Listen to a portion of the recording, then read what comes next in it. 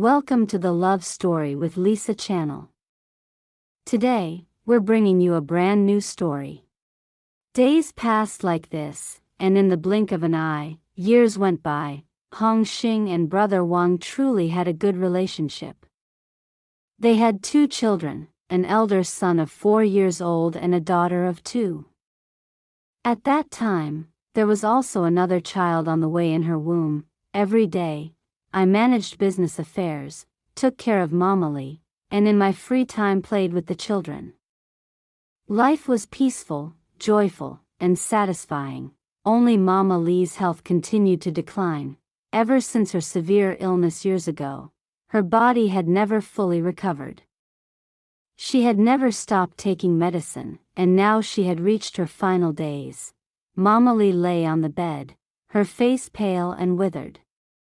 All the physicians who came to examine her could only shake their heads helplessly. She tremblingly reached out her hand toward me. I grasped her thin, bony hand tightly as tears fell like rain. Mama Lee said, "Child, don't cry. In my life, I have no regrets. It was worth it. Truly worth it. Only, I cannot rest easy about you."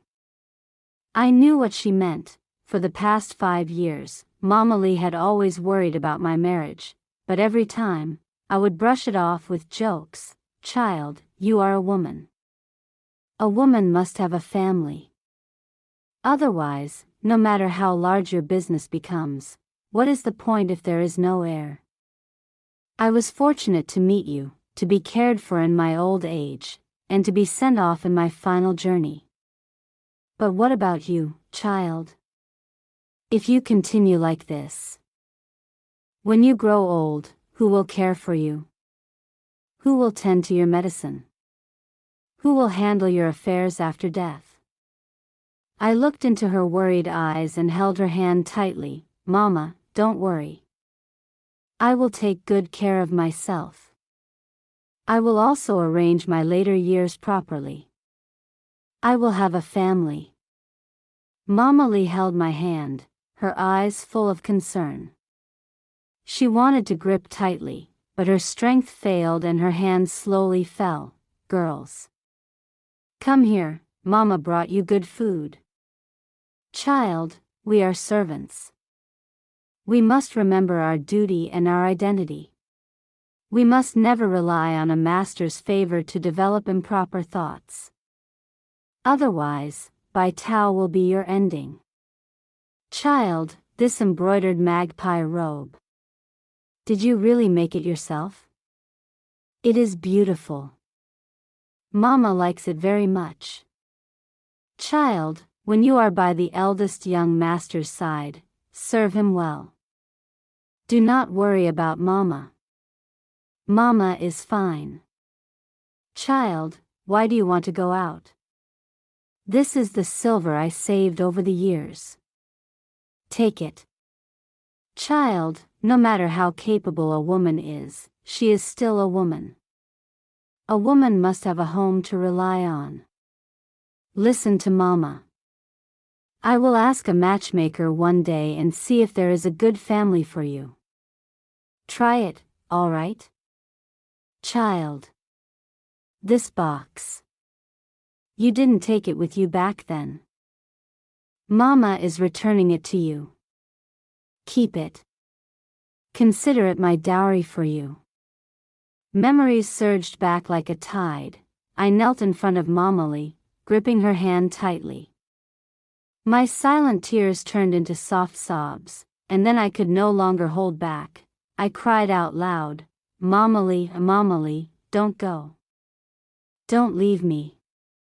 If you are gone, no one in this world will love me anymore. Mama, please wake up and look at me. You haven't seen me get married yet. Didn't you always look forward to that day? I will listen to you. Mama, please look at me. Please wake up. Please. Love me a little more. Hong Xing, who was pregnant, stood beside me, silently shedding tears. Over the years, Hong Xing often came here, sometimes chatting with Mama Li, sometimes sewing clothes for the children together with her, but most often, she and Mama Li would worry about my marriage. As her adopted daughter, I sent Mama Li off with a grand and solemn funeral. After all these years in Wuzhou, I had built my own network of connections. Many shop owners and regular customers who had close ties with me came to pay their respects. These past days, I was so busy I barely touched the ground. After the funeral ended, I opened the box Mama Li left for me. Compared to the first time I saw it, there were now many more items inside. Things she had saved little by little over the years by living frugally. Only then did I begin to seriously think about her words, yes. I was still young, only 20 years old, healthy and full of strength. I could devote myself entirely to business and continue expanding Lanjun. Perhaps I could even become a legend, a legendary woman in the business world. But Mama was right. No matter how capable I became, I was still a woman, and I would still feel lonely. I also very much wanted a home. But what is a home, really? It is not a house to live in. Not property or wealth. Not even a large sum of money. A home is where there are people waiting for you, where there are family members beside you. Only then can it be called a home. When Mama was still here, I had a home, but today, Mama was gone. And I no longer had a home. Walking through the streets, I watched couples passing by as husband and wife, fathers and sons, mothers and children together, grandparents and grandchildren living in harmony and joy. And for the first time, I felt a loneliness I had never known before. No place to rely on, no place to belong. Without realizing it, I arrived at a place and looked up. Above the gate were 3 words written on a wooden plaque. Orphan Relief Bureau. This was an institution established by the imperial court to take in the lonely and destitute. Inside were elderly people with no one to rely on, and children without anyone to care for them. Somehow, in my dazed wandering, I had come here. Perhaps this was heaven's will. The person who received me was a middle-aged woman. Seeing that I was well dressed, she greeted me warmly. After hearing that I had come to adopt a child, she became even more enthusiastic and personally led me into a room. The room was filled with straw mats, thin bedding, and worn blankets. 10 children in ragged clothes were squeezed together in the cramped space. I handed the pastries in my hand to the woman and asked her to distribute them to the children. The moment she did, the children surged forward, stretching out their hands for food. Those who managed to grab a piece immediately stuffed it into their mouths, devouring it like starving beasts, afraid that if they hesitated even a moment, someone else would snatch it away. Only one small girl, about 3 years old, received a piece after great difficulty, but instead of eating it, she ran into a corner of the room. Curious, I followed her. There, I saw a little boy lying on the ground. His clothes were in tatters, his hair messy and filthy. On his forehead was a half-dried streak of blood. The little girl carefully held the pastry and tried to feed it to him, but the boy tightly pressed his lips together and pushed her hand away with effort. Seeing that he refused to eat, the little girl immediately began to cry anxiously. "Brother, eat a little. Just eat a little." The boy gently coaxed her in a weak voice. "Be good. Sister, you eat." "I'm not eating." "Sister, you eat." The 2 children kept pushing the small square piece of pastry, no bigger than an inch, back and forth between them. I stepped forward and handed the boy another piece. "Stop pushing. Each of you take one. Eat it quickly." Only then did the 2 children begin to eat. The middle-aged manager finally noticed me and hurried over, asking if I had chosen anyone. I asked her about the 2 children, why the boy was injured, why he was lying alone on the ground without even a mat. From her explanation, I learned the 2 children were siblings, one 5 years old, the other 3. Their family had died, and the elder brother had taken his younger sister to wander all the way to Wuzhou. Because they were starving, the brother stole a steamed bun for his sister, but was caught and beaten until his head bled. Later, a kind person rescued them and brought them here. But because he had stolen food, he was looked down upon and isolated by the other children. I brought the 2 children back to Lanjun Tower. I named the brother Si Jun, and the sister Si Wen. The servants in the tavern were all shocked when they saw me bring back 2 children, but soon they sighed as if they understood, and returned to their work. After bathing and changing their clothes, Si Wen pulled Si Jun to stand in front of me. It looked like they wanted to say something, but they became shy and blushed without speaking. I spoke first. You don't need to call me mother. I am not your mother. I brought you back today and gave you new names only for convenience and household registration. Since you will take my surname, just call me Auntie. Only then did Si Jun properly lead Si Wen in a respectful bow. Auntie. I arranged for Xiao Lu to prepare a room for the 2 children and instructed him to take good care of them. If Uncle Li had time, he would also teach them some skills. As for me, I returned to managing the business I had neglected due to Mama Li's passing. Fortunately, the people under me were all capable, because I had previously imitated modern corporate practices and established rules for my staff. Even though I had not been overseeing things closely during this period, each shop continued operating smoothly. That relieved me greatly. 1 year earlier, Su Qingqing had followed Lord Jizhou and been promoted, leaving Wuzhou. At first, I had felt uneasy. My protective patron was gone. There was no longer a powerful backing to rely on. What if someone came to trouble me again? I had not even figured out how to build a relationship with the newly appointed prefect, when unexpectedly, the new Lord Jizhou came to my door himself. Lord Jizhou, surnamed Wang, wore a simple black robe. The waist sash had subtle dark blue patterns, and he wore black leather boots. His expression was calm, his steps unhurried and relaxed. He was accompanied by a teenage attendant. He looked like a leisurely, wealthy nobleman. I received Wang Duren into the bamboo character private room, where fine tea, fine wine, exquisite dishes, and delicate pastries were all laid out in order. I even quietly instructed a waiter to find Uncle Li, the head accountant, and prepare a large red envelope in advance in case anything unexpected happened. It is said that one should not strike a smiling face, and when receiving from others, one's words naturally become softer.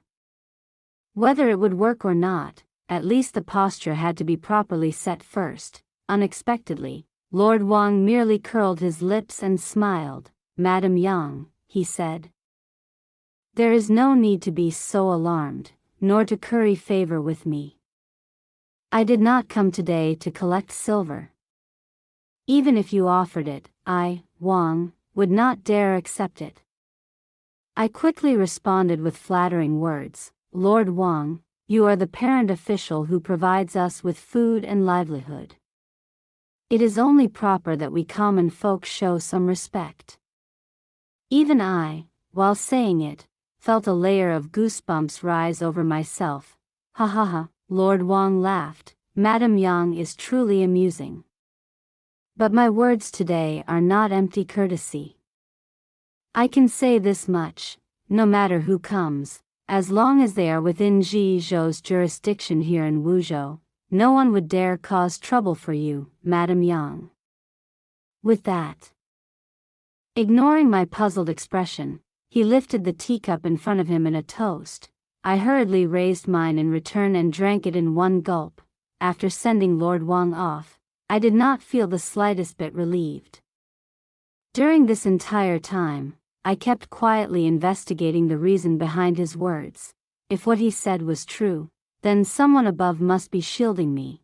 Though I had several guesses in my mind, I could not be certain which one it was. Unexpectedly, Lord Wang was as slippery as an eel. He revealed nothing at all, only repeating that there was a high-ranking benefactor and that I should not worry too much. I returned in a daze, still thinking about who it could possibly be. Lost in thought, I accidentally bumped into a small figure, sending a stack of books tumbling to the ground. Si Jun repeatedly bowed his head in apology, looking extremely anxious and uneasy. I bent down and picked up the books. Among the usual account ledgers, there was also a copy of the Book of Songs, likely something prepared earlier for Brother Wang, Hong Xing's child. Dehu, that child lived up to his name, strong and lively, preferring boxing and sword play. The moment he picked up a book, he would fall asleep soundly. Hong Xing and I had tried reading to him several times, but apart from louder snoring, there was no change at all. In the end, both of us gave up on the idea of him pursuing scholarly studies, and the book was left to gather dust in a corner. I held the book and asked Si Jun whether he had been living comfortably these past few days, and whether Uncle Li had taught him anything. Si Jun answered cautiously, "I am living well. Grandfather Li taught me how to read account books. He said that in the future I should learn to manage ledgers properly so I can help in the shop." It seemed Uncle Li and the other attendants all believed I had adopted these two children to train successors for my Lan Jun enterprise, so they were diligently teaching them these skills. I pointed at the Book of Songs and asked, "Can you recognize these characters?" Si Jun nodded. "Yes." "Have you studied before?" I asked again. "I only finished the 1,000-character classic." "I have not yet studied the classics." I then asked, "Do you want to continue studying?" At that, Si Jun suddenly looked up. A bright light flashed in his eyes, and he nodded slightly, but then lowered his head again and shook it. "I do not dare have such hopes. Being able to learn from Grandfather Li already satisfies me." Perhaps he had experienced too much hardship, which was why even at such a young age he already carried such restraint and maturity. I patted his head and smiled. "Don't be afraid. Since I brought you back, I will not abandon you. I also did not bring you here to be servants or helpers. If you call me Auntie, then treat me as your aunt. There is no need to be so cautious." I paused briefly, then continued, "Since you like reading, tomorrow I will find a proper academy and send you to study. When Siwen reaches the age to begin learning, I will hire a tutor for her. You do not need to worry about matters in the shop, just focus on your studies." Si Jun's eyes reddened, but as a young boy, he only managed to say in a hoarse voice, "Thank you, Auntie." The arrangements for Si Jun's schooling were completed very quickly. It was one of the best academies in Wuzhou City, the same place where Lu Yan and Lu Wen had once studied. I personally made new clothes for him, prepared a new school bag, and bought fresh brushes, ink, paper, and inkstone. I even had Xiao Lu personally escort him to the academy, treating him like a young master. Unlike Dehu, Si Jun had a natural talent for studying. Once he entered the academy, he was diligent, disciplined, and self-motivated, improving rapidly in his learning. To give both children a better environment, I purchased a residence with 3 entrances and 3 courtyards, and moved in with Si Jun and Si Wen. They each had their own courtyard. I was still not used to buying people as servants, so instead of that, I simply hired several women, attendants, and assistants, 7 or 8 in total, to manage the household and take care of Si Jun and Si Wen, as if they were simply employees rather than bound servants. I paid them generous monthly wages along with many benefits. but anyone who did not know how to behave would be immediately dismissed. Because of this, after some time, the entire residence became peaceful and harmonious. After all, no one wanted to lose a high-paying job with good benefits. Looking at this estate, above the main gate hung two large characters, young residents. Although it was still far from the Liu mansion, this was my home, spacious, even luxurious, and I was deeply satisfied. Time flowed like water. In the blink of an eye, 10 years had passed. See June, for 10 years, as if every day was the same, studied diligently and endured hardship.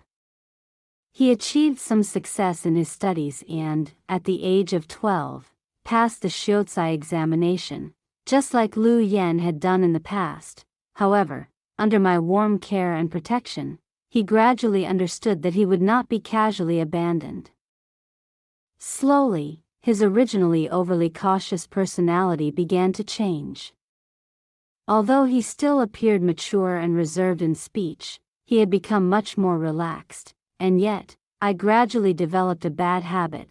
I could never resist teasing him. Sometimes, when he was so absorbed in reading that he forgot everything else, I would deliberately bring him a bowl of mung bean soup or lotus seed soup, insisting that he put down his books and drink it before continuing to read. At other times, I would secretly replace the incense in his room, originally meant to refresh the mind, with calming incense, causing him to fall asleep on the desk within 2 hours of reading. Sometimes I would deliberately drag him out with C1 and me to climb mountains or stroll through the city. I would make C1 play newly learned melodies for him and force him to give comments. If his comments were not satisfactory, he would have to copy Shui Diao Gu 250 times, or write the sentence C1 is the most intelligent, lovely, kind, beautiful, and generous girl in the world 100 times. Of course, every time he chose the former. C1 would glare angrily at her brother, and when he was copying punishment, she would constantly disturb him. Faced with all our mischief, C. June would always smile helplessly, complain a few words perfunctorily, and then the next time still cooperate with our pranks. As for C1, I never intended to raise her into a so-called modern young lady. I hired a female instructor for her to teach reading and writing, music, chess, calligraphy, painting, as well as household management skills that women of this era should learn. I only told her one thing: a woman must first learn to love herself. Only then would others love her, and only then would she be worthy of being loved. Hong Xing's eldest son, Dehu, continued practicing martial arts and swordsmanship. Later he even apprenticed under a master and became more and more capable. The second child, heir Shi, was the same age as C1. The two of them studied together, and their sisterly bond was extremely good. The third child, Tingwen, preferred silence and disliked activity, but he did not seem particularly gifted in academics. Instead, he had a special interest in accounting, so after a few years of schooling, he began working under Uncle Li, the head accountant. Autumn passed, spring came, summer ended, winter returned.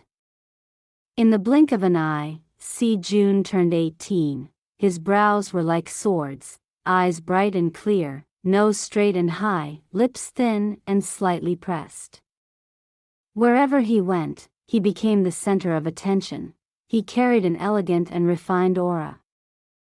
His posture upright and steady, and his work increasingly careful, thoughtful, and well organized. Soon, C. June was also preparing to travel to the capital to take the imperial examination.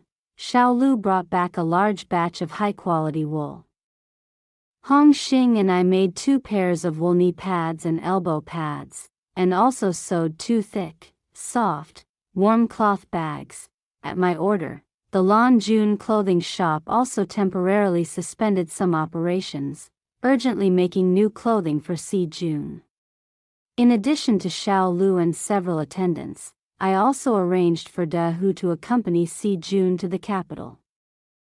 First, to protect Si Jun's safety. Second, to let Dahu gain some real-world experience. This time, I personally saw Si Jun off at the ferry dock. Siwon supported me. Tears welled in my eyes as I looked at Si Jun, thinking of the child I had raised by my side, now about to leave and go so far away. It felt like a young bird finally leaving its nest, after repeatedly instructing Xiao Lu to carefully take care of Si Jun's food, clothing, and daily needs, ensuring he did not suffer from cold, heat, hunger, or thirst. I turned to remind Dahu again to pay attention to safety. If he encountered bandits, he must not act recklessly. Safety was the most important thing. I also kept reminding Si Jun, take care of your health, do not push yourself too hard, do not fall ill, and do not put too much pressure on yourself. Do your best. If you fail, you can always try again next time. Si Jun's eyes were slightly moist as he patiently listened to my endless instructions. He lowered his head and softly replied, "Mother, I remember." I froze on the spot. You? What did you call me? Si Jun pulled Siwon forward. In front of Hong Xing, her husband brother Wang, Uncle Li, and all the familiar faces, the two children solemnly knelt before me and performed a full bow. Then they said, "Please accept this bow from your son and daughter." They knocked their heads to me. For all these years, Mother has endured hardship and bitterness, raising the two of us siblings as if we were her own children. She has taught us with all her heart, never scolding us without reason, never forcing or spoiling us excessively. She has always thought only of us, even more than our biological parents ever could. If it were not for Mother, my sister and I would not be where we are today. Let alone studying, taking the imperial examinations, or seeking official success, our very lives might not have been preserved. Although you are not our birth mother, in our hearts, you have long since been our true mother. This journey is long and distant. We will be separated for several months. I only ask that Mother take care of her health, dress warmly morning and night, eat on time, and not catch a cold. Do not overwork yourself, do not exhaust yourself, do not worry or miss me too much. Your son will certainly do his utmost to bring honor to the Yang family. After that, he turned to Siwon, "Little sister, you have grown up. This time I will be away for several months. Take good care of Mother for me." Siwon's eyes were red, but she obediently replied, "Yes, brother. Siwon understands. I will take good care of Mother." After bidding farewell to everyone one by one, Si Jun finally boarded the boat and waved as he departed. In the days after Si Jun left, the study room fell silent without the sound of reading, and I felt slightly unaccustomed to it. Every day Siwon stayed by my side, comforting me, and occasionally teasing me, "Mother, are you missing brother again? It has only been a few days, and you already miss him so much. Don't tell me you've forgotten you still have me here. Am I not more likable than that boring bookworm brother of mine?" I smiled and gently pinched Siwon's cheek. "You little girl, already speaking badly about your brother. Ungrateful child." Siwon didn't mind at all and instead became even more proud. "That's just the truth. I am kind, cute, and more likable than brother. Mother, people say absence makes the heart grow fonder. You can't just think brother is good because he is away and forget how good I am." As she spoke, she even stuck out her tongue playfully. I couldn't help but laugh and said indulgently, "Good, good, you're good. Siwon is the best." After Siwon complained about her brother more than a dozen times, and after I had pinched her cheeks dozens of times while calling her ungrateful countless times, news of Si Jun finally arrived. Report. Madam. Great joy. Great joy. Young master. Young master has passed the highest tier of the examination. The young attendant ran into the courtyard, gasping for breath as he shouted, "Slow down, breathe properly, speak clearly," I said quickly, reporting to Madam. "He has passed the third tier, his name is on the golden list." The boy was so anxious that his speech carried a Fujian accent. I did not bother correcting him and quickly asked, "Is it true? Where is the young master? When will he return?" The attendant finally caught his breath and replied, "The official messengers are on their way. A fast courier has already transmitted the news ahead. The young master must still attend the imperial audience to receive imperial grace before returning. He may need to wait a few more days." I immediately said, "Since the messengers are on the way, hurry and prepare the red banners, firecrackers, and ceremonial gifts." Yes, I will go at once." The attendant rushed off again. I thought to myself that he had worked hard. Later I must reward him with extra silver. Siwen was overjoyed upon hearing the news. Before I could even speak, she was already instructing the servants and attendants to clean the main hall and prepare for reception. And even sent people to inform Hong Xing. Everything was arranged in perfect order by her. I simply stood aside in leisure, letting her handle it. My daughter had truly grown up, of course. After that, marriage proposals began arriving one after another. Those noble families who once despised my origins as a former servant girl, who once looked down on a merchant woman appearing in public, now wanted to form marriage alliances with me. However, all those who came were merely secondary daughters or collateral branch young ladies. Naturally, I refused them all, using the excuse that Si Jun was not my biological son and could not decide such matters. When he returned, he would make his own decision. After a few more days, Siwen reacted almost instinctively whenever a report came, asking, "Is it those annoying matchmakers again? How troublesome." The attendant replied quickly, "No. Madam, it is not a matchmaker. It is the young master. The young master has returned." Si Jun rode a tall horse, dressed in a red official robe, wearing a large red flower on his chest. Officials cleared the path ahead, and drums and gongs sounded continuously, like a groom welcoming his bride, in front of the Yang residence. A dense crowd had gathered, all pushing and standing on tiptoe to watch the commotion. It was extremely lively. When Si Jun reached the gate, he dismounted. Just as I was about to go forward to welcome him, he lifted his robes and knelt heavily before me. The crowd instantly fell silent. Only Si Jun's clear voice reached me, "Mother above, this son entered the capital to take the examination and, by imperial grace, has been placed on the golden list in the third rank. I have fortunately not brought shame to the Yang family. Now that I have returned, I specially come to kneel and thank Mother for her nurturing and teaching grace." With the word mother, with the mention of the Yang family. His actions made my identity clear before all present, and his stance unmistakably firm. The crowd remained silent for a moment, then murmurs rose, followed by a sudden wave of cheers that filled the sky. Shenhua Lang. The Shenhua Lang. From that day on, people throughout the region spoke of the Shenhua Lang as a man of utmost filial piety, one who achieved success but never forgot the kindness of his adoptive mother. The storyteller at the tea house even compiled it into a book for people to listen to and enjoy. But that, of course, was all matters of the future. I told Si Jun to go rest first and did not rush to question him.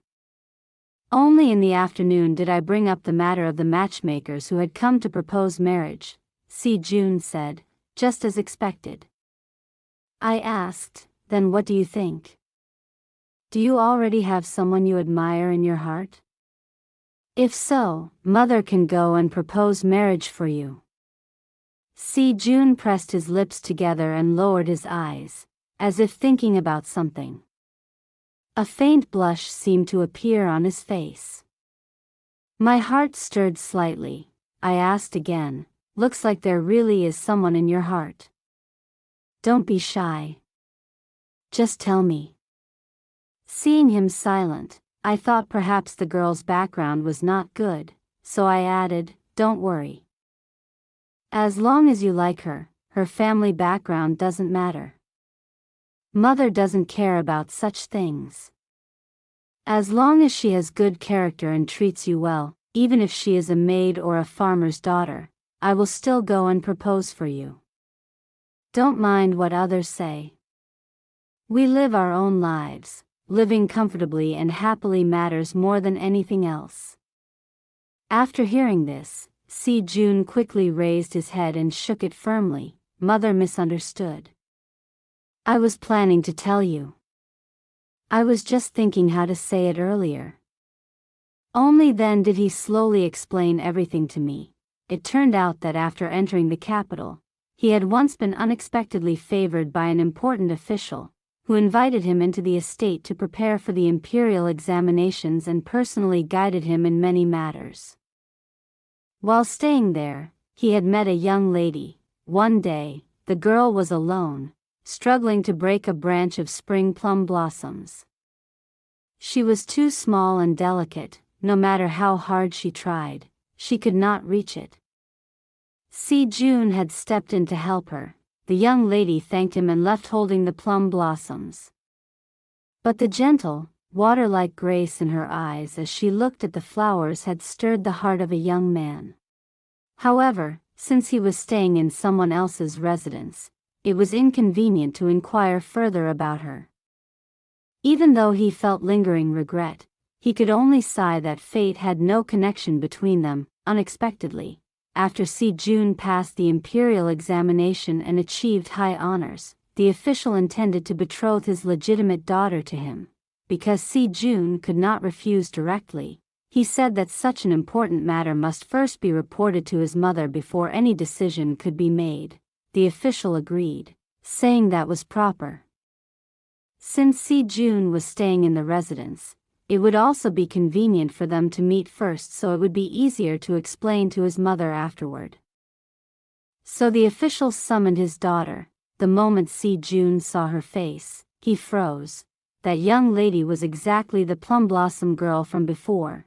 Jun said somewhat shyly to me, "Mother, your son does have feelings for her. But Miss Lu is the only daughter of Lord Lu, and also the only daughter of Lady Lu. Her status is noble. Even though I am a top scholar, I still feel I am unworthy. That is why I wanted to ask Mother's opinion." I suddenly froze. "You? What did you say her surname is?" "Lu." After hearing Lord Lu, my thoughts went blank. I could no longer hear anything else clearly.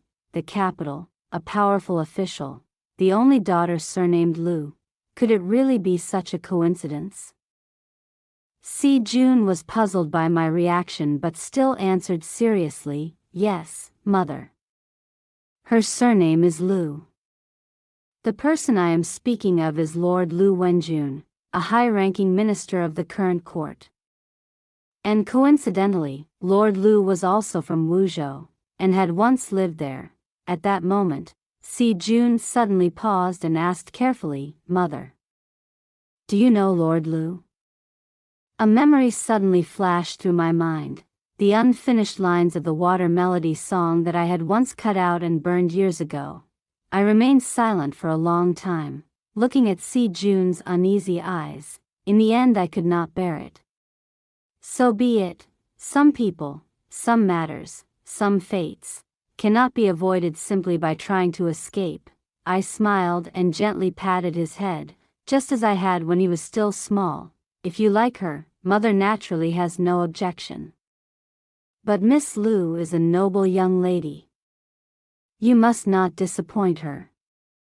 Si Jun replied firmly, Mother can rest assured. If I marry her, I will never betray her in this lifetime.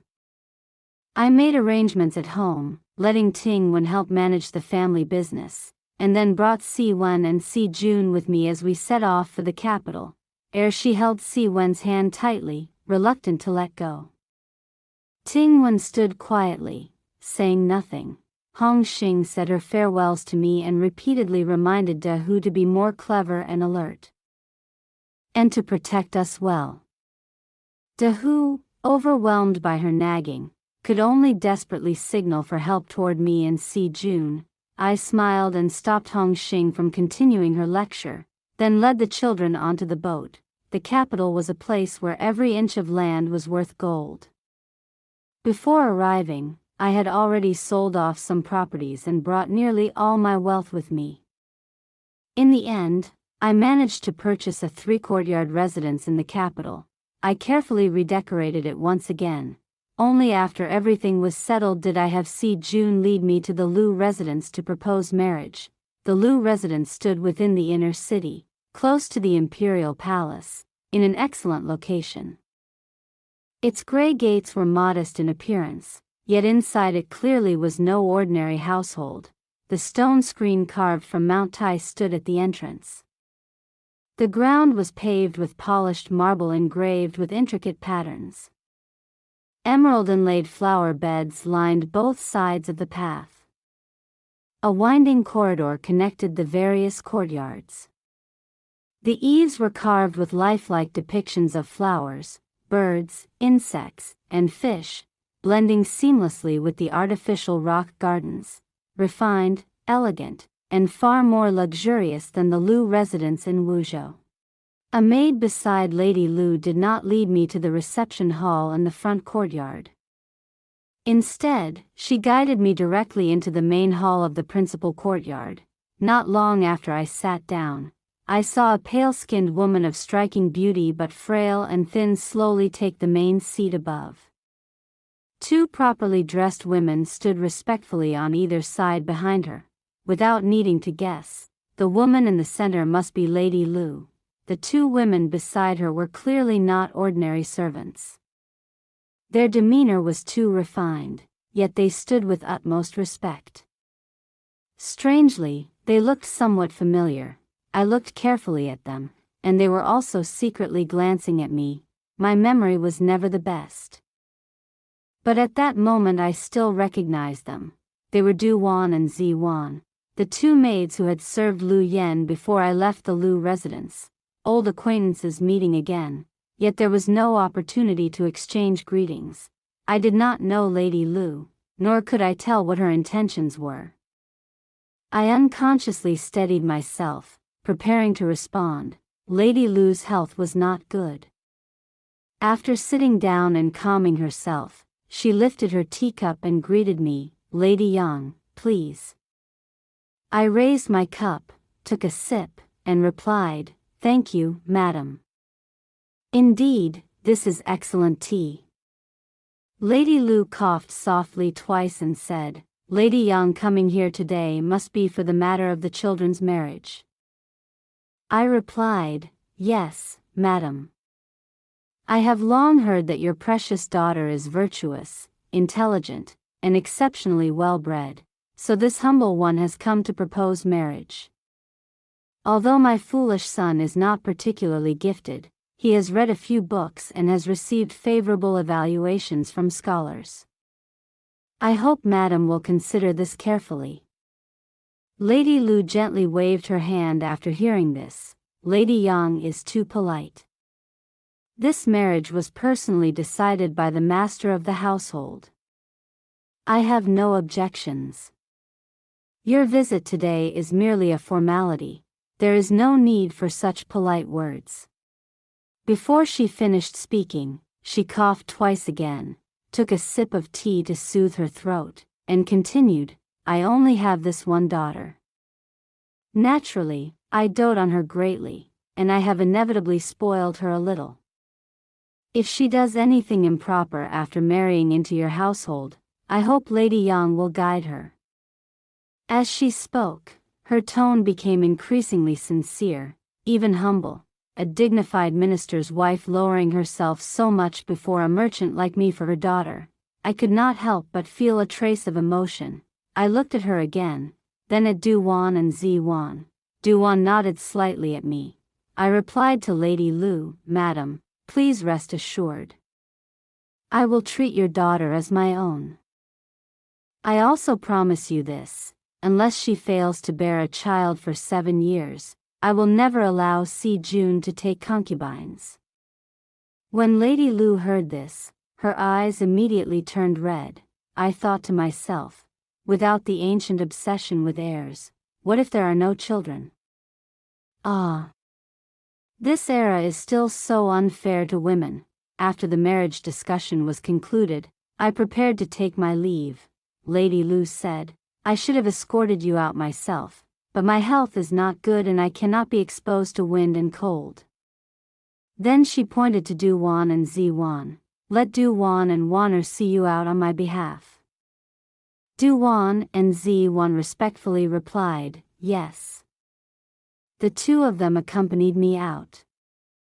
And only then did I finally have a chance to speak with them properly. We walked as we talked. Back then, when I had taught them, I had treated them like younger sisters.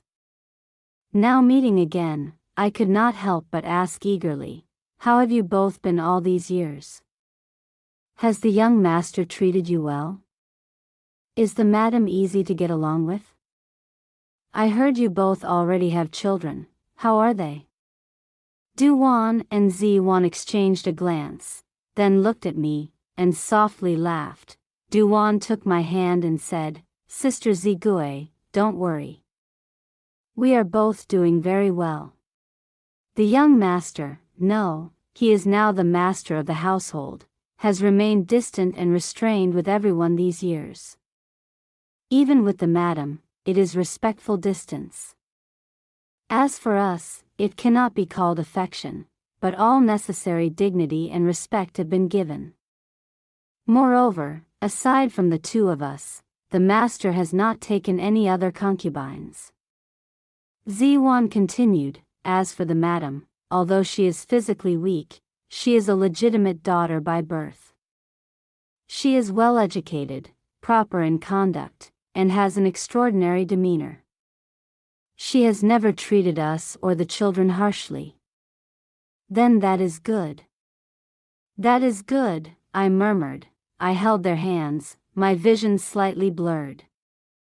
As we were speaking, suddenly a commotion rose in the distance.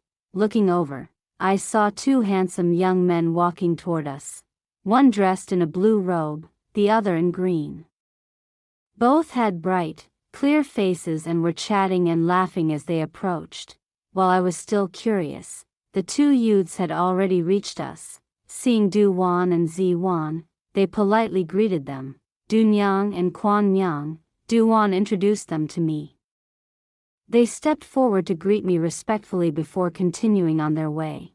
Du-Wan then explained that the man in the blue robe was her son, Lu Si-Gui, though because he was not born of the main wife, he had been registered under the Lady Lu's name from birth. The young man in the green robe was the eldest son of the second young master, Lu Zihan. We continued chatting as we walked out. When we passed through the garden, a gentle breeze swept by, carrying the fresh fragrance of orchids straight into the air. I smiled and said, "I didn't expect to see so many orchids even in the capital. The Lu family truly is a scholarly household."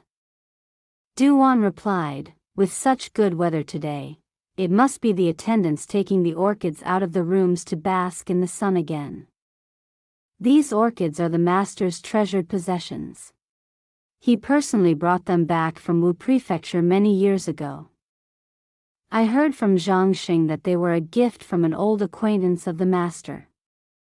It has been so many years that even the flower pot has never been replaced. I truly wonder who that old friend is to be so valued by the master. Sister Zigui, I know you like orchids very much. Would you like to take a look?" I shook my head. "No need. Since they are the master's treasured items, I should not act presumptuously. I should return quickly to discuss Si Jun's marriage arrangements properly. You two must also take care. Si Jun's engagement was set for the 15th day of the mid-month. The wedding preparations were lavish and grand. I specially invited Hong Xing's entire family to the capital to attend the wedding banquet, and even had them bring chefs and pastry masters from Lan Junlu. On the day of the wedding, the entire residence was decorated with red silk. Red lanterns and double happiness characters hung everywhere across the courtyard. A red carpet stretched from the main hall all the way to the front gate. Si Jun wore a bright red wedding robe, riding a tall horse as he led a richly decorated 8-man bridal sedan to fetch his bride. The streets were packed with people, a sea of noise and excitement. I had someone prepare baskets of copper coins to distribute to children and beggars for good fortune. The bride wore a red veil, her figure slender and graceful. I sat at the seat of honor, calmly receiving the bows of the newlyweds amid the admiring and blessed gazes of everyone present. Time truly passed quickly. Back then, when the eldest young master married, I left the Lu residence. In the blink of an eye, both I and the eldest young master had become parents, and I had even become in-laws with him. The next day after the wedding, Si Jun brought his bride, Lu Nian, to serve tea to me. Mother-in-law above, your daughter-in-law offers you tea. I accepted the tea, took a sip, and handed her a red envelope, then pulled her hands to look her over carefully. Lu Nian was extremely beautiful, bearing 7 parts resemblance to her mother. She inherited Lady Lu's peerless beauty, but her eyes were not as solemn and composed like her father's. Instead, they were lively and innocent. I placed the jade bracelet from my wrist onto hers. Lu Nian tried to refuse, but I said, Nian Nian, my birth mother passed away early, and I myself am not a lady of noble upbringing. I have no ancestral treasures to give a daughter-in-law. This bracelet was simply a gift from a senior long ago. It is not anything precious. Think of it only as a keepsake. Lu Nian looked toward Si Jun. He gave a gentle nod, and only then did she accept it, perhaps because her mother was weak and often ill, and because there were no sons under her roof. When Lu Nian first arrived at the Yang residence, she seemed somewhat uneasy and unsettled, but I truly liked this daughter-in-law. Since Si Jun was busy, I had Si Wen take Lu Nian out to play, sometimes to the outskirts of the capital to admire flowers, sometimes into the city streets to shop. After all, she was still a teenage girl. Within just a few days, she seemed like a completely different person, far more lively and cheerful. One day, I was taking Si Wen and Nian Nian to divide orchid roots in the garden when the steward hurried over, reporting that someone had come to propose marriage for the young lady, and claimed to be an old acquaintance of mine. Since Si Jun's marriage, I had already been thinking about Si Wen's future. Originally, I planned to return to Wu Prefecture to find a reputable family I was familiar with. But now Si Jun held an official position in the capital. If Si Wen returned to Wu Prefecture, it would inevitably mean separation. Yet if we arranged a marriage in the capital, we were not familiar with the people here. It would be difficult to judge whether a match was genuine or not based only on a matchmaker's words. If we were careless and met someone with ill intentions, Si Wen's entire life could be ruined. So when I heard someone had come to propose marriage again, I did not dare neglect it as before. I quickly changed clothes and went out. The moment I entered the main hall, I heard a familiar voice, and a greeting I had not heard in many years. Little Gui Gui, it's been a long time. If it wasn't Su Qing Qing, who else could it be? I shot her a disapproving glance. Sister, please behave properly. There are others here. Only then did she stop laughing. Yes, yes. Today we came for an important matter. She pushed the two people beside her forward. One was the second young Master Lu, and the other was the young man I had seen in the Lu family garden that day, Lu Zihan, who appeared to be the son of young Master Lu.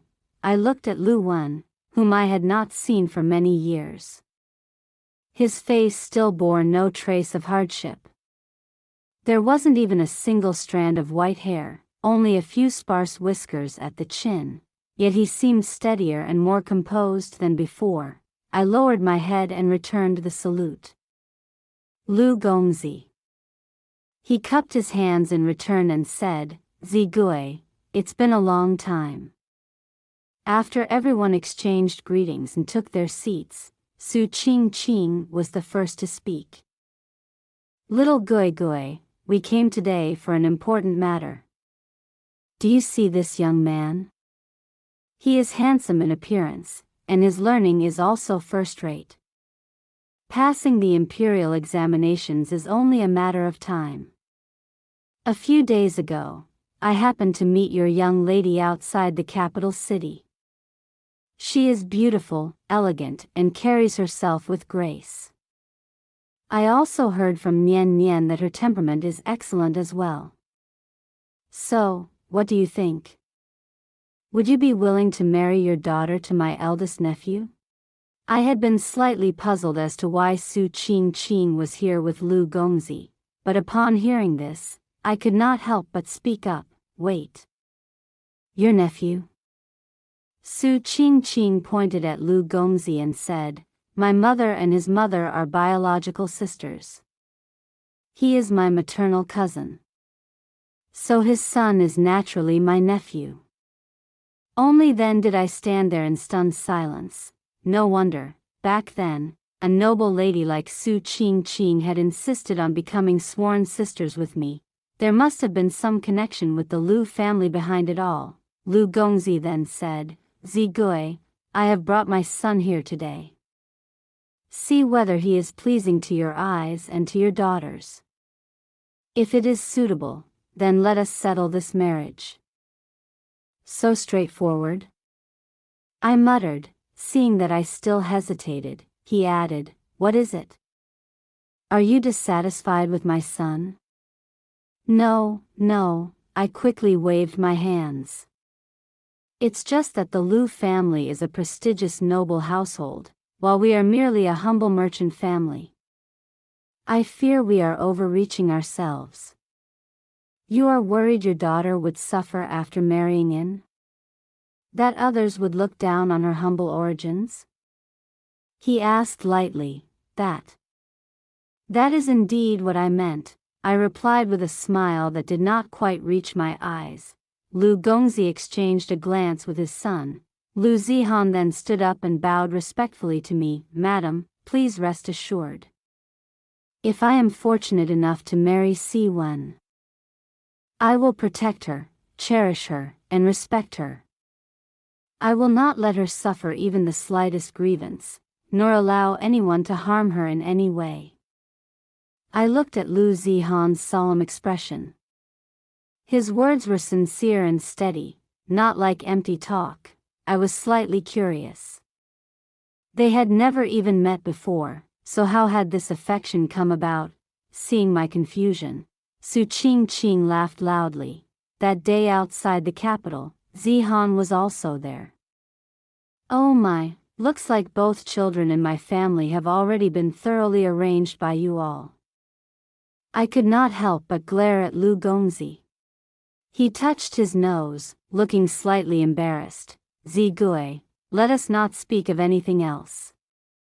I have already come here. What do you think of this marriage? I looked at Lu Zihan's expectant eyes and felt a faint reluctance in my heart. Taking a deep breath, I said, although I am Si Wen's mother, I have never intended to force her marriage matters. This engagement must still be decided by Si Wen herself. Su Qing and Lu Gongzi were not old-fashioned people. Seeing there was hope, they immediately agreed. Since we are already here, let the two children meet first. If they are satisfied, then the marriage can be settled. Naturally, I had no objections. I instructed the steward to clean up the pavilion so the two of them could meet there. I had raised Siwen for over 10 years. She had never been hot-tempered, always gentle in nature, and she happily went to the pavilion. I did not know what the two of them talked about inside, only hearing occasional laughter drifting out. Of course, Su Qingqing and Lu Gongzi both looked overjoyed. I only felt like the cabbage I had painstakingly grown for years had just been carried away by someone else. Siwen seemed to have a very good impression of Lu Zihan. She said he was steady in temperament, knowledgeable, kind-hearted, and meticulous in handling matters, patient and thoughtful. Truly a perfect match, and so, in the second year after Si Jun's marriage, my Siwen also got married. Her wedding date was set for the 3rd month of spring the following year. Once the date was set, I immediately began preparing her dowry. Siwen's wedding dress was personally designed by me, made from the finest scarlet brocade. When draped, it fell with an excellent flow while still maintaining softness. On the outer robe, I had embroidered the vermilion bird and peonies. The short jacket bore paired mandarin ducks. The skirt was embroidered with lotus flowers. The shoulder veil was adorned with auspicious cloud patterns in gold thread, and everywhere I added hidden auspicious phrases stitched in special red silk. If one did not look carefully, they would not notice the words at all. Only under sunlight could some of them be faintly seen. I had all the embroiderers in the Lanjun embroidery workshop stop their current work and focus solely on her wedding dress. It took half a year to complete. Having lived 2 lives, I had never once worn a wedding dress of my own, so I placed all my hopes and regrets onto Siwen instead. On the day Siwen got married, the wedding dress caused a sensation across the entire city, unexpectedly bringing the reputation of the Lanjun embroidery workshop to fame throughout the capital. I used the box that Mama Li had once set aside for my own marriage, along with 1/3 of Lanjun's assets, as Siwen's dowry. This was a plan I had made long ago, a very long time ago. I had divided Lanjun's business into 3 parts. One part was for Si Jun's marriage. One part was for Siwen's dowry. The remaining portion was further divided into 3, 1/3 for my retirement, 1/3 left for Hong Xing's children, and the final 1/3 used for accumulating virtue and doing charity work. I would often spend money to build bridges and repair roads. In years of natural disasters, I would set up shelters and distribute porridge. I did as much good as I could in this life, only hoping that in the next life I might meet him again and make up for all the regrets I once had. Siwen's dowry stretched across the streets in a full procession of 120 escort baskets, an extraordinarily grand sight. With these assets for protection, and everything I had taught her, even if Lu Zihan treated her poorly, she would still be able to live a peaceful and stable life. But reality proved that my worries had been unnecessary. After Siwen married, she and Lu Zihan lived in great harmony and affection. She gave birth to 4 sons, and together with Si Jun and Lu Nian's 2 sons and 1 daughter, the household was filled with children. These little bean sprouts made my old age noisy and chaotic, yet I could not help but love them dearly. I had never imagined that I, who once accidentally transmigrated into a lowly maid's body, would decades later be able to enjoy such a full family life surrounded by grandchildren. In the late spring of my 80th year, while I was dividing orchid roots in the courtyard, I suddenly fell backward, hitting the willow tree that had been planted over 20 years ago, scattering blossoms everywhere. Si Jun and Siwen stood with their children gathered around my bedside. The physician checked my pulse, then shook his head and sighed. The old madam has overworked herself for many years. Her mind has been burdened with worries and exhaustion. Now, The lamp is running out of oil. Si-Won and Si-Jun both cried, pulling the physician's hand and begging, "Please, doctor, you must save her." I called them softly, "How old are you two already? Why are you still behaving like children in front of your own children?" Si-Wen's tears fell like pearls. "Mother." Si-Jun was also in tears. I held their hands. "Don't cry. Listen to your mother. My life has already been worth it. I had two such good children. That alone is enough.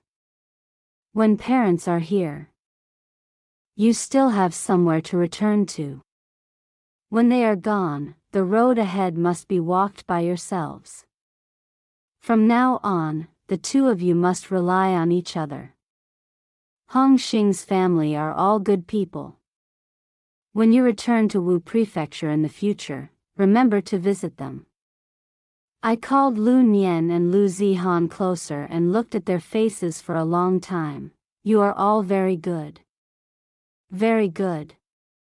And then, before I could finish speaking, my consciousness drifted away. In that moment, I saw someone extending a hand toward me. Side story 1. It was said that on the day Madame Yang, mother of the Minister Yang, passed away, an elderly man with extraordinary bearing stood at the corner outside the Yang residence gates, holding a pot of orchids. The orchid was meticulously cared for, yet the pot itself was so old it had become warped. The old man held the orchid and stared long at the gates of the Yang residence. Curious onlookers approached and faintly heard him murmur, "So the one she longed for was not me." That very same day, in the most famous Lan Jun tea house in the capital, a refined and handsome old man ordered every dessert in the establishment and drank until heavily intoxicated. Sometimes he laughed. Sometimes he cried, and at times he muttered to himself, "In the next life, I want to meet her a little earlier." Side story 2. A dark and misty sky stretched over a long river, faint green light rippling across its surface. Along the riverbank, fields of red spider lilies bloomed endlessly. By the river stood an ancient-style building where a woman was cooking soup. Nearby, a large stone was stained in mottled shades of crimson, black, and gold. A girl stood beside the stone, gazing intently toward the road of the underworld as if waiting for someone. She did not know how long she had been waiting, only that the person she was waiting for had not yet come. The woman finished serving her last bowl of soup and sighed as she looked at the girl in the distance. She stirred the pot, scooped a bowl, and walked over. "Zi-Gue. It has already been over 1,000 years. Do you still think the one you are waiting for will come? From what I see, he probably will not. Why cling so stubbornly? Drink this bowl of soup and be reborn. You did so many good deeds in your life. Your next life will surely be smooth." Zi-Gue shook her head. "Lady Mengpa, thank you. But the one I am waiting for has not arrived yet. Thank you for restoring my appearance from when I was young. If he comes, he will definitely recognize me." Mengpa sighed again. "Why suffer like this? Perhaps he never waited for you at all. Perhaps he has already changed his heart. Perhaps he is living well even without you. So what meaning is there in your suffering here?" Zi-Gue smiled softly. "If that is really the case, then that would be fine. I only need him to look at me once." Mengpa said nothing more. She picked up the bowl of soup, now completely cold, and turned to leave. As she glanced back, Zi-Gue was still standing stubbornly beside the three-live stone, gazing intently toward the Yellow Springs path. Mengpa could not help but sigh. Was it already wrong from the very beginning? Back then, Zi-Gue had come before Mengpa and said she did not wish to be reborn. She wanted to wait for someone, to meet someone again. Mengpa had seen countless lovers filled with longing and obsession along the path of the underworld. At times like that, she would simply point toward the river of forgetfulness and say, "Unless you are willing to jump into the river of forgetfulness and endure 100 years of being torn apart by evil spirits." The moment her words fell, the figure before her disappeared in an instant. The girl had already thrown herself into the river of forgetfulness. At first, Mengpa had only looked on coldly and said, "Emotions, how can they be worth anything? You speak of loyalty with your mouth. But once you fall in, you will understand." Yet after jumping into the river, even ghosts would be unable to endure the tearing pain and would crawl back to the shore, obediently drinking the soup and going on to reincarnation. Mengpa waited. She waited for the girl to give up and climb out, but she did not. Not a single scream was heard. Mengpa looked down into the river. Amidst the countless vicious spirits, the girl never cried out even once. As a soul, she could not bleed, could not sweat, but from her tightly clenched jaw and closed eyes, it was clear she was enduring a pain beyond description. And Mengpa kept waiting, 1 day and 1 night, 5 days, 10 days, half a year, 1 year, 10 years. She still had not come up. Mengpa had not seen anyone like this for hundreds of years. In the end, she could not help but feel pity, so she pulled the girl out of the riverbank and told her she no longer needed to suffer. She allowed her to stay beside the 3 live stone. Later, she asked if she had any wish. Any merit accumulated in life could be exchanged. The girl only said she wanted to return to her youthful appearance, so that the person she was waiting for would recognize her easily. Mengpa sighed again and again, but since the words had already been spoken, she could only comply. She never expected this girl would wait for 1,000 years. Decades passed. Mengpa herself no longer knew how many souls she had sent off. She only knew that in later years, the number of waiting spirits increased, most of them due to war. Zigui saw how busy she was and voluntarily came to help. Mengpa teased her, "Aren't you afraid you'll miss the one you're waiting for?" Zigui only smiled softly, "I won't miss him. He just hasn't come yet." Another few decades passed, the wars likely ended, the world became peaceful. And the number of deaths gradually decreased. Sometimes, after finishing the soup, Mengpa would leave the small ghosts to handle the work and go chat with Zigui. But Zigui rarely responded. She only quietly watched the endless flow of souls passing by. Days passed like any other.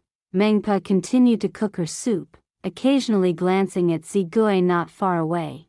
But today, when she looked up, Zigui was gone. Mengpa threw the ladle to a little ghost and hurried off to search everywhere. At the entrance of the Yellow Springs path, she finally saw Zigui. Zigui was staring fixedly at someone without blinking, as if waiting for that person to come closer. This was not the first time such a thing had happened. In recent years, Zigui had mistaken many people for him. Mengpa had long since stopped blaming her. She only looked once to confirm everything was fine, then turned back to her work. Meanwhile, Zigui looked at the approaching figure. He was still dressed in a white shirt and black trousers, just as in her memory, but time had carved its marks into him. His hair was already streaked with white, his face had aged. Zigui recognized him at a glance. The man, Yang Wenjun, heard her call and froze in place. He looked up in disbelief. "Ah. A Yuan. Are you a Yuan?" Seeing her nod, Yang Wenjun staggered forward, his eyes turned red instantly. She was exactly the same as in his memories of a Yuan, but he had waited. He could not cry anymore. He reached out and pulled her into his arms, burying his face in her shoulder, his entire body trembling uncontrollably. "I'm sorry. A Yuan. I'm sorry. I made you wait so long." I'm sorry. Zigui gently patted his back. It's all right. It's fine as long as you came. How have you been all these years? Ah, Yuan. Listen to me. I never made promises of the next life to anyone else. This life. This lifetime. And every lifetime after, I only want you. She looked at him and could not help but smile softly. You fool. Not far away, Mengpa watched the scene. She had originally intended to interrupt, but after hearing their words, she simply stopped. After the two had calmed down, she walked over. You brat. You really made Zigui wait over 1,000 years. Yang Wenjun froze. Zigui. Over 1,000 years? What are you talking about? Isn't she Li Yuan? Didn't she only die 50 years ago? How is it 1,000 years? Even Mengpo was slightly puzzled by this. Zigui looked at the two of them and only smiled faintly, shaking her head. Then she slowly told everything she had experienced. Yang Wenjun stood frozen in place. Mengpo also fell silent in surprise. But in the long river of the underworld, after living for so long, nothing seemed entirely impossible anymore. When one thought about it carefully, there was nothing truly strange about it. It could very well be that the souls of Li Yuan and Zigui had been switched across time and space. In that case, Zigui's original soul had already been reincarnated more than 50 years ago, while her soul had been left behind, enduring the distortion of time and space, suffering for more than 1,000 years. Yang Wenjun tightly grasped Yuan's hand, as if the moment he let go even slightly, she would disappear. Mengpa smiled as she looked at him. Don't worry. She won't disappear. Moreover, she endured 10 years submerged in the river of forgetfulness for you, and waited over 1,000 years here. And you, in all your life, never married anyone else. The 3 lives stone had already placed your fates together long ago. In 3 lifetimes, you will meet again, fall in love again, understand each other again, and grow old together in deep affection. In the next 3 lifetimes, you will walk hand in hand until your hair turns white. 3 lifetimes. Even after 3 lifetimes, can we still be together? Yang Wenjun asked. Mengpa replied, the 3 lives stone refers to 3 lifetimes. As for how those 3 lifetimes unfold, that depends on your own destiny. If your hearts remain aligned and unwavering, then there is no reason you cannot be together across all lives. Only then did Yang Wenjun finally feel at ease. He turned to look at Yuan beside him. My goal is forever. Lifetimes upon lifetimes. Yuan looked at him and smiled. Then you'd better buy me ice cream. Mengpo looked at the two of them, calmly picked up the bowl of Mengpa's soup, and said, all right. Drink it quickly and go reincarnate. If you want to get tired of each other, then do it in the next life. Yuan took the bowl with a smile. This soup must be sweet. All Mengpa's soup tastes the same. What sweetness are you talking about? Drink it quickly. Finally, I can send you off. I should go celebrate. Mengpa watched their departing figures and took out a hidden jar of sugar from behind her. Looking at it, she murmured to herself, sweet Mengpa soup. In the next life, it must be a sweet and happy life. Side story, Lu Wen. My name is Lu Wen, the second young master of the Lu family.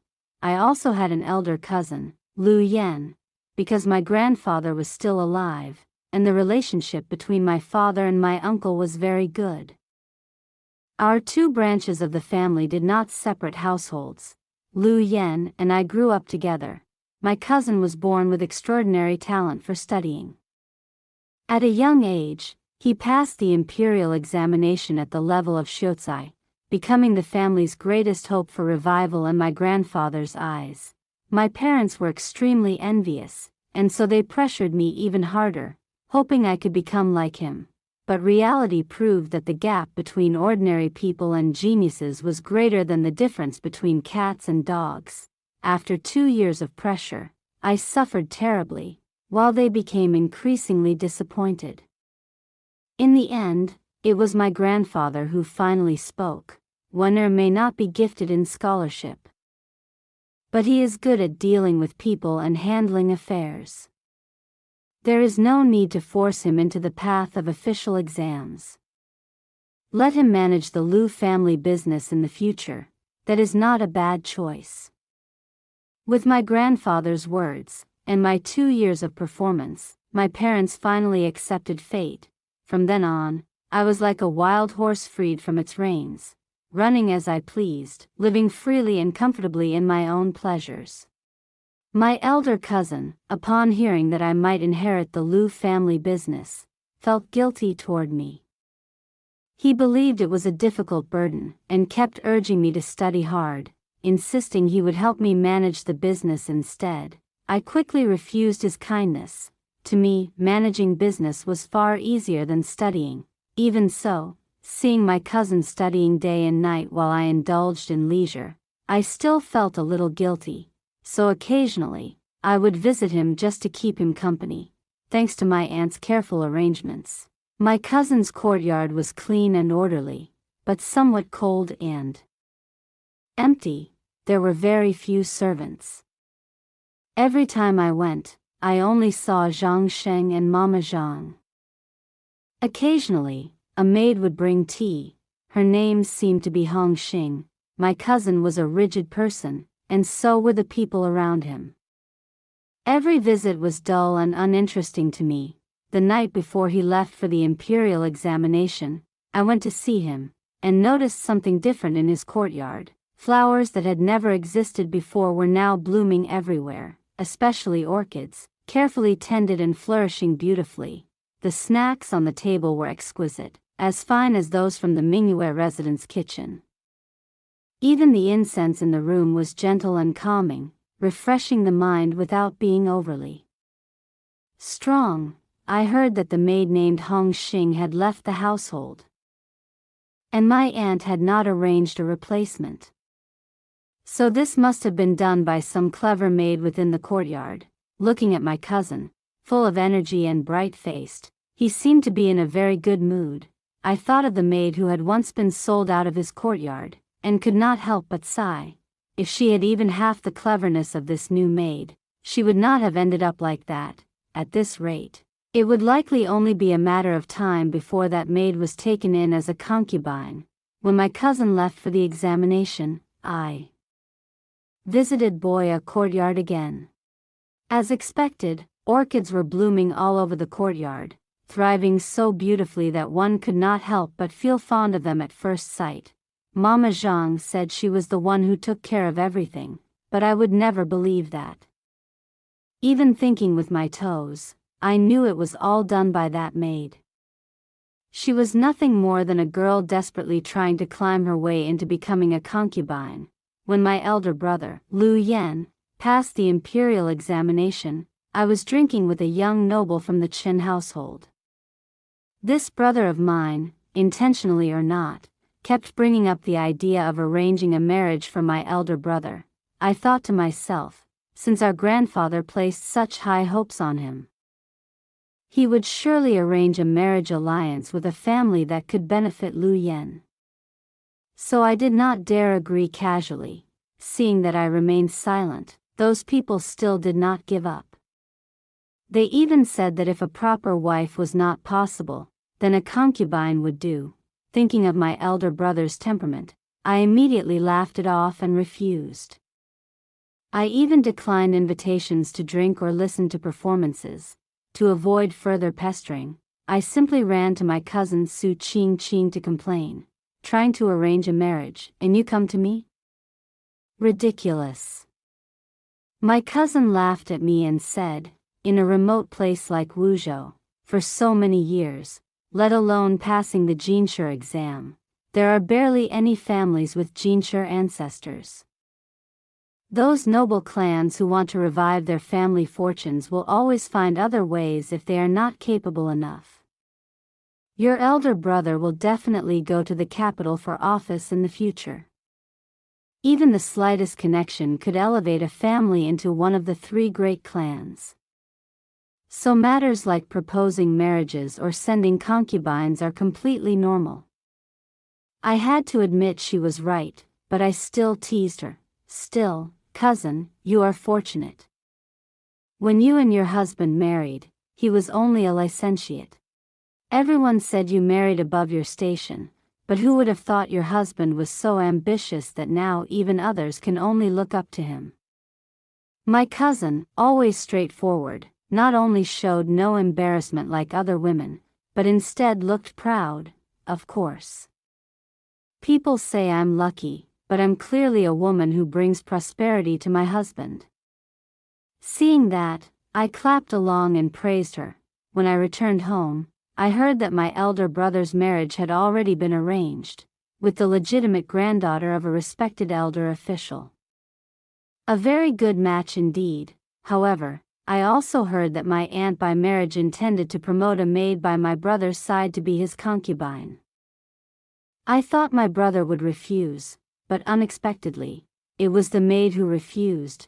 To me, this news was even more shocking than my own success in the imperial exams. My elder brother, who was he? The promising eldest young master of the Liu family. Noble families all wished to marry their daughters to him as concubines, yet a mere maid dared to refuse? Truly astonishing, but I did not dwell on it. This was my brother's matter. I only needed to celebrate his success. However, I did not expect that I would meet him in a tavern later. My aunt said he had gone out to meet friends and discuss exam experiences. I disliked those scholarly discussions, so I waited downstairs. By late night, all his classmates had already left, but he still had not returned. Feeling uneasy, I went upstairs to check. The moment I entered, I saw my elder brother drunk, lying face down on the table, surrounded by wine jars. I felt displeased. Those people clearly knew his tolerance for alcohol was poor, yet they still made him drink so much. I helped him up, preparing to take him home. Unexpectedly, he leaned against my shoulder and muttered something. I listened carefully. Zigue. Zigue. I froze. My curiosity rose immediately. Could it be that my elder brother already had someone in his heart? Was he suppressing his feelings because of family expectations, drowning his sorrow in wine? I sighed and could only shake my head helplessly. In the face of family duty, what is love worth? A few days later, I heard that my aunt had sent 2 beautiful maids to my brother. Thinking of that night, I decided to visit him. But I could not help wondering, did my brother have some obsession with the Duan bird? Why were these 2 maids also named Duan? I complained to the servant beside me. Why does he name them like that? The maid laughed and said, what's strange about that? The eldest young master has always been like this. The maid who wanted to leave the household a few days ago, he personally gave her the name Zigue. What? Zigue? Zigue is that maid? I could not help pressing further. The maid explained that Zigue had originally been a low-ranking servant doing heavy labor. She had been in the courtyard for 2 years without being noticed by any master. Later, she was chosen by my aunt and promoted to a second-class maid serving beside my brother. As for Hong Xing, who left earlier, there had only ever been one like her. Suddenly, I remembered that maid. I had seen her before. Back then, I even used her to tease my elder brother. So it was really her after all. After my elder brother got married and left Wuzhou, I found myself becoming strangely curious about that maid Zigue. It was said that less than 2 months after leaving the Liu household, she had already started running a small restaurant business. Not only was it doing well, but the dishes were also novel and beautifully presented. I sent Wang Wu to buy some back to taste, and every dish was unexpectedly delicious. More than that, she clearly had a talent for business. With just a few clever tricks, she managed to attract a steady stream of customers. It made me think, this girl was far from ordinary. And that only deepened my curiosity. Just how much ability did she truly have? For several months, I often sat at Qingfeng restaurant, waiting for Wang Wu to bring back food from Lanjun Pavilion, while also casually gathering information. Occasionally, when I went in person to the shop opposite Lanjun Pavilion to observe their business, I would always see her standing at the entrance calling out to customers, but she was not like an ordinary attendant flattering people or begging them to enter. She carried herself with a calm confidence, an attitude of "I invite you, and if you refuse, you will regret it." No arrogance, no servility, knowing when to advance and when to retreat. Every gesture carried the grace of a noble young lady. No, even many real young ladies did not possess her kind of confidence. Sometimes beggars would block her shop's business. She never became angry. Instead, she would stop the servants, speak gently with them, and even give them food, clothing, and daily necessities. From beginning to end, there was no trace of disdain or impatience in her eyes, nor even the slightest sense of superiority. It was as if everyone in front of her was simply a guest. Watching her like that, I couldn't help but smile. I thought to myself, if I were her, I would never accept the status of a Liu family concubine. A woman who could stand on her own, live independently, and carry such confidence. How could she become a lowly concubine confined to a back courtyard, living at others' mercy? A Liu family concubine was not worthy of her, but what if she were the Liu family's legitimate wife instead? That thought suddenly surfaced in my mind, and even I was startled by it, yet once it appeared, it refused to leave. I knew clearly that for me, for her, and for the Liu family, this idea was as difficult as reaching the heavens.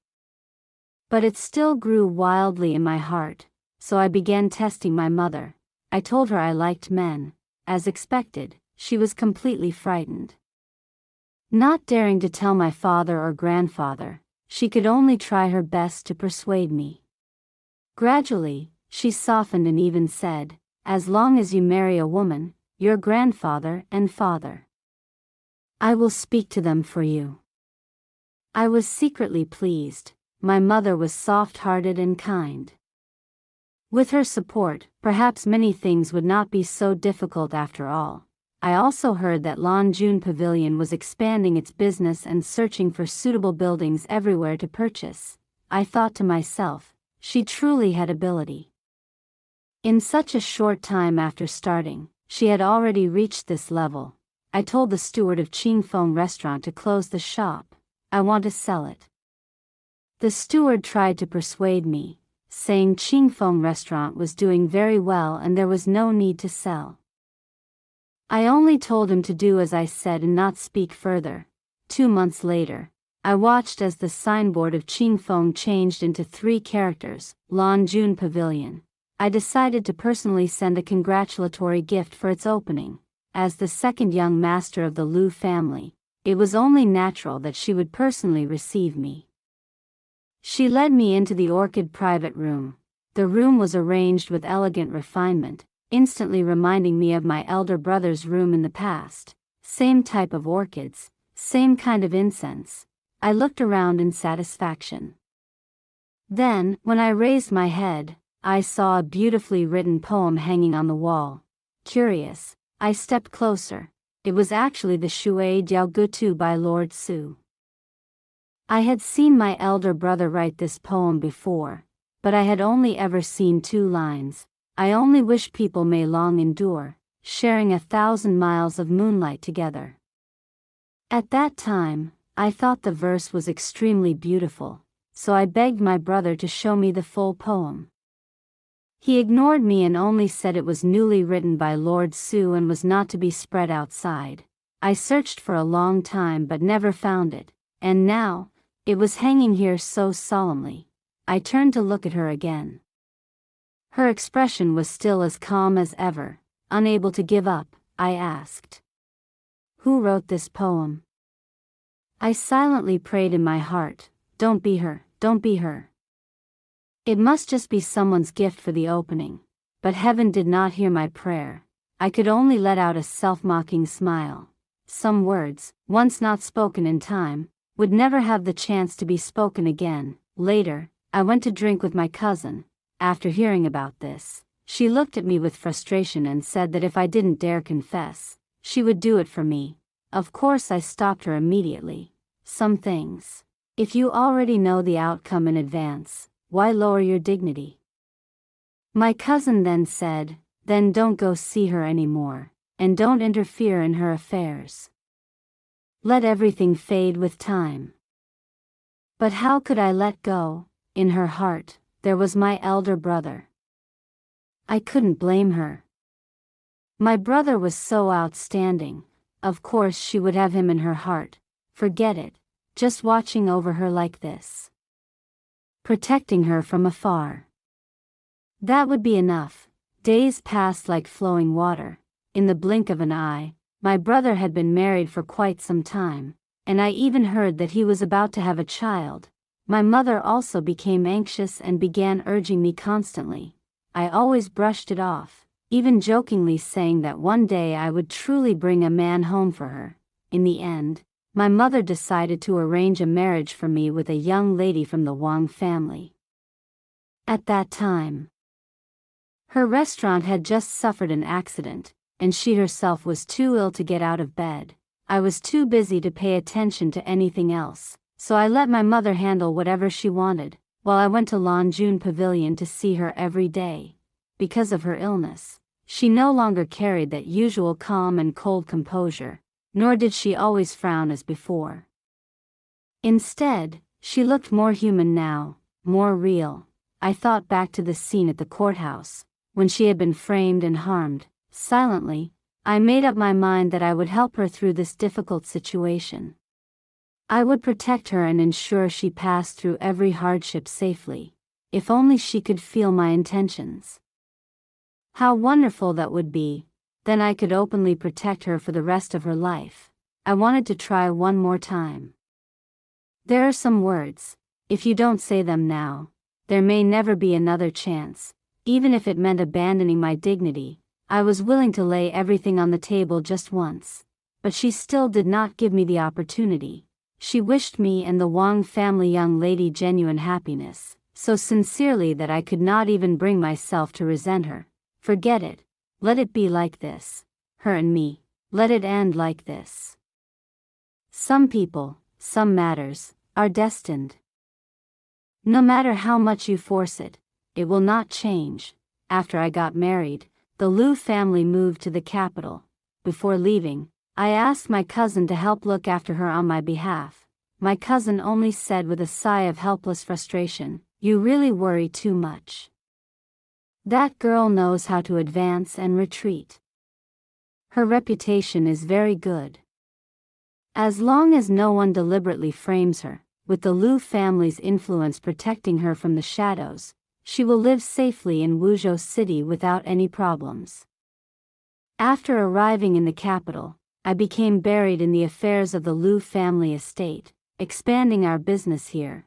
Fortunately, my eldest sister-in-law's maternal family also helped a great deal. Although the beginning was somewhat difficult, everything eventually went smoothly. Time passed like flowing water. Even my cousin's husband was promoted and transferred to the capital. I asked my cousin how she was doing, what would happen to her after their family left Wuzhou. My cousin replied, "You don't need to worry. The new lord of Jizhou has already agreed. A certain high-ranking official will surely protect that girl." That certain official. Aside from my elder brother, who else could it be? It seems that all these years, the one who never let go was not only me. News kept coming from Wuzhou. I heard she had adopted 2 children. She sent them to school, bought a house, and raised them extremely well. Her business grew more and more prosperous. Her son became a scholar, and her daughter was also outstanding. That boy would soon travel to the capital to take the imperial examination. Hearing this, I could only think, my judgment of people had never been wrong. The only calculated connection in my entire life was my marriage arrangement with her. Of course, whether it was calculated or not, I still had to get what I wanted, and she did not lose anything from it either. After all, I knew best what kind of character my son had. If he ever wronged the girl she raised, it would not only be offending her, it would be provoking the wrong person entirely. Her daughter was lively and bright, completely unlike her own dignified, proper, and composed nature. Suddenly, I remembered that voice from the courtroom that day, her restrained anger, and I couldn't help but think, perhaps she was never that rigid person to begin with. As time passed, people grew old. I no longer know how many springs and autumns have gone by. I only feel that, like a dream, she once appeared before me again. But I know, it was only a dream. She had already left, and even if she had not, she would never appear before me again. If there is a next life, could you let me meet you first? Could you at least look at me once? I have truly waited for you for a very long time. The end. If you enjoyed the story, don't forget to like and subscribe to Love Stories with Lisa for more stories. Thank you so much.